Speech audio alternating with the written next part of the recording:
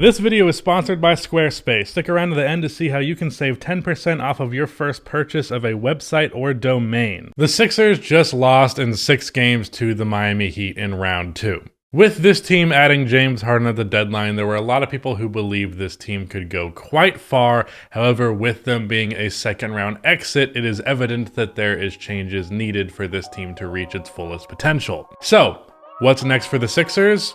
Let's talk about it.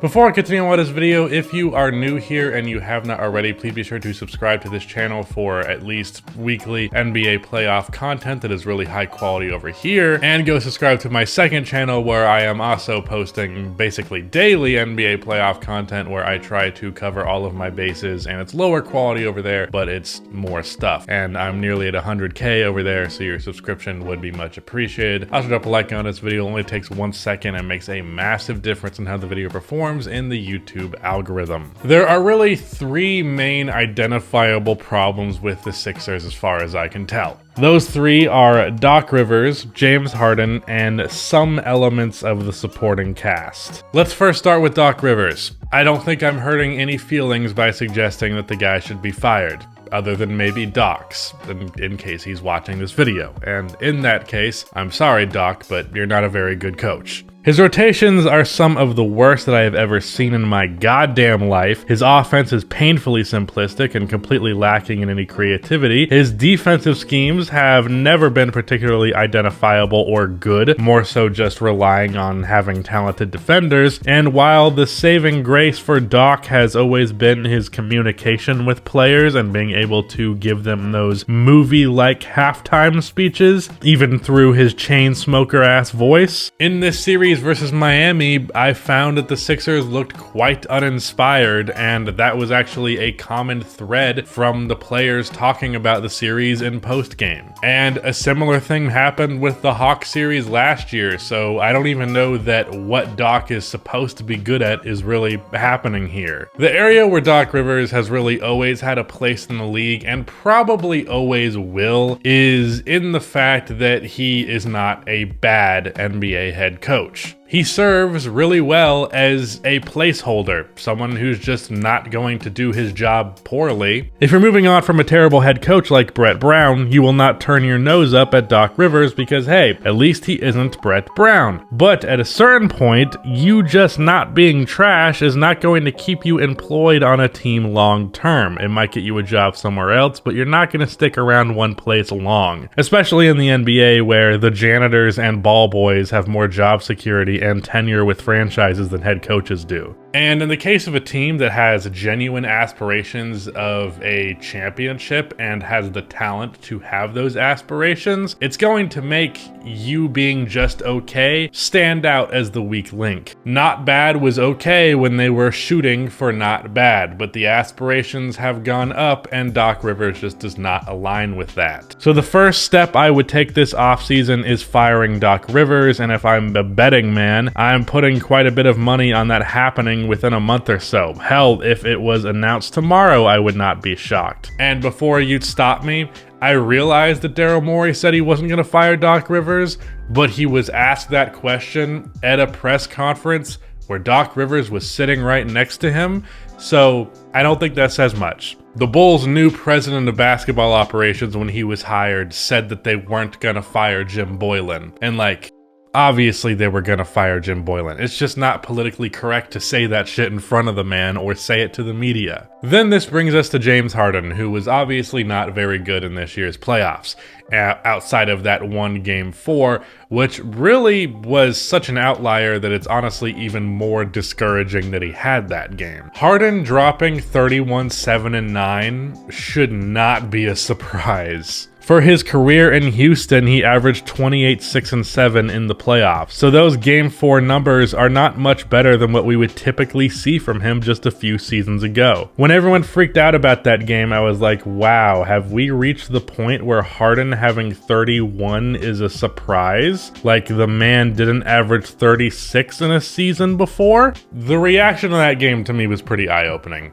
And ironically, what was also kind of eye-opening was that I don't even actually think James played better in game 4. He just simply made shots that he otherwise wasn't. Like, the quality of looks that he got was no better than any other game in this series. He just happened to make a bunch of contested shots in this game, unlike any other game in the series. Now, I plan on doing a full video on what Harden is at this point because I still think it's very much in the air, so I don't want to go into too much depth. But at the very least, we can clearly say that he was not good in this year's playoffs, and he wasn't really good with Philly outside of his first couple of games there. And really, I think the main culprit of this difference between him and his past self is his first step. Contrary to popular belief, Harden's game is not built entirely on the foundation of foul baiting. If there were one key thing for him at his peak, I would say it was his ability to blow by basically 90% of defenders off of the dribble. And because of this threat off of the drive, it would cause his defenders to always be backpedaling or chasing him after he's already gone by them, and that would be the perfect time for a step back. If they're already backpedaling, the step back will only create more space, and if they're behind you, odds are they're going to foul you. I feel like the getting to the line and the step back threes that are built off of the foundation of his ability to drive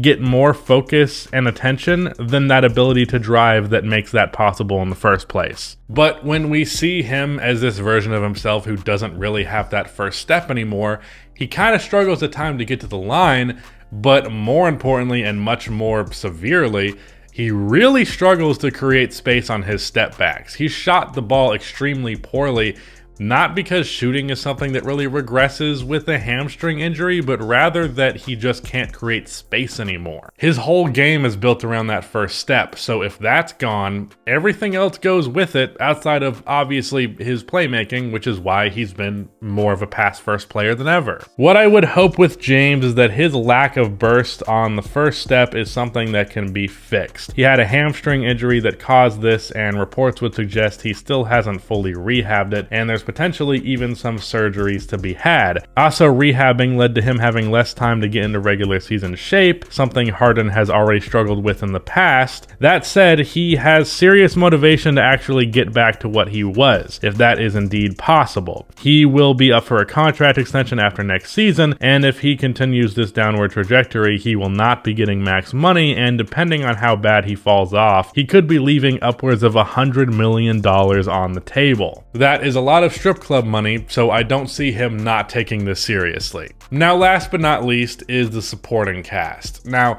to my surprise, the third and fourth best players on this team actually exceeded my expectations quite a bit. While I am a huge believer in Tyrese Maxey, I thought he would lose some production next to Harden simply because Harden would take over so much of the ball handling duties. But no, Maxey has been great since the trade and was great in the playoffs. He averaged 21, 4, and 4 on damn near 50, 40, 90. And Tobias Harris, who I thought would be the complete odd man out, averaged 17 and 8 on again damn near 50, 40, 90. They both did their jobs to support both Harden and Joel Embiid. However, as for everybody else, Matisse Thybulle is one of the most overrated players in the league, and it was comical how Miami did not defend him at all. What he brings on defense, which is honestly overrated in itself, is not worth being a 0 on offense. Danny Green was fine. Definitely their fifth best player, although unfortunately it looks like his career is over after tearing his ACL in Game 6. But after that, Niang was good in the regular season, but bad in the playoffs. Korkmaz does nothing but shoot, and he's not good enough at it to justify how much of a defensive liability he is. B-Ball Paul is a decent backup 5, but no more special than that, as much as Sixers fans love him. Shake Milton is fine, I guess, but he's not really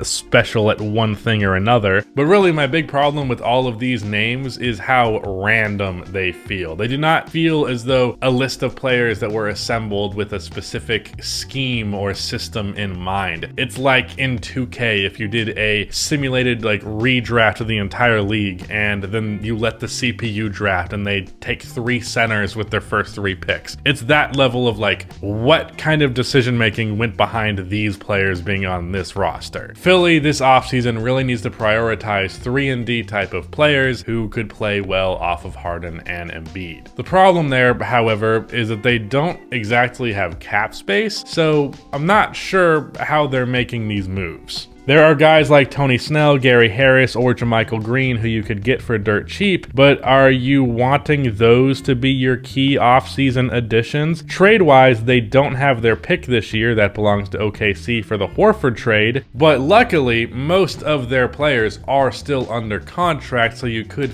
feasibly move them to upgrade the talent in ways that makes more sense with the fit of your roster. Matisse Thybulle probably is not viewed as much of an asset by comparison to what he was, but combine his salary with Korkmaz and you get to $9 million. That could get you something. I'm sure some team would buy Shake Milton as a bench scoring option. Jaden Springer is a young player that could be an asset. There are things available, it's just not by any means clear cut. So I'm not going to really speculate on any specific trade ideas.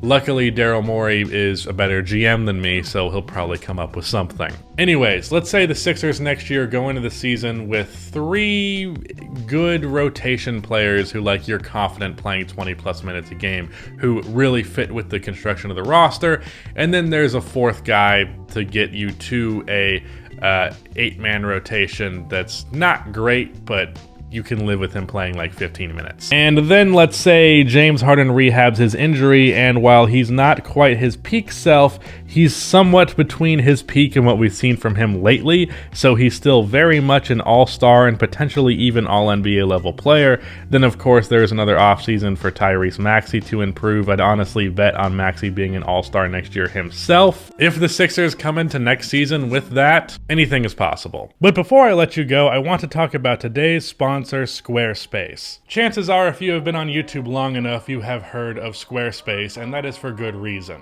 Squarespace is a great way to create your own website, whether you are using it to market your own business, where you can use Squarespace's extensions, which help you manage inventory, products, bookkeeping, and shipping around the globe, or using it to create a community with features including comments, replies, and likes. You can create blogs and categorize, schedule, and share your posts on different social media platforms. Through Squarespace, you can connect with your audience and generate revenue through gated members-only content, manage your members, send email communications, and leverage audience insights, all on one easy-to-use platform. Go to squarespace.com for a free trial, and when you're ready to launch, go to squarespace.com/rustybuckets to save 10% off of your first purchase of a website or domain. Again, that is squarespace.com/rustybuckets to save 10% off of your first purchase. Thank you to Squarespace for sponsoring this video. Shout out to Riddy for editing this video, and that is the end of this video. Please be sure to like and subscribe for NBA content like this, and cue the outro music.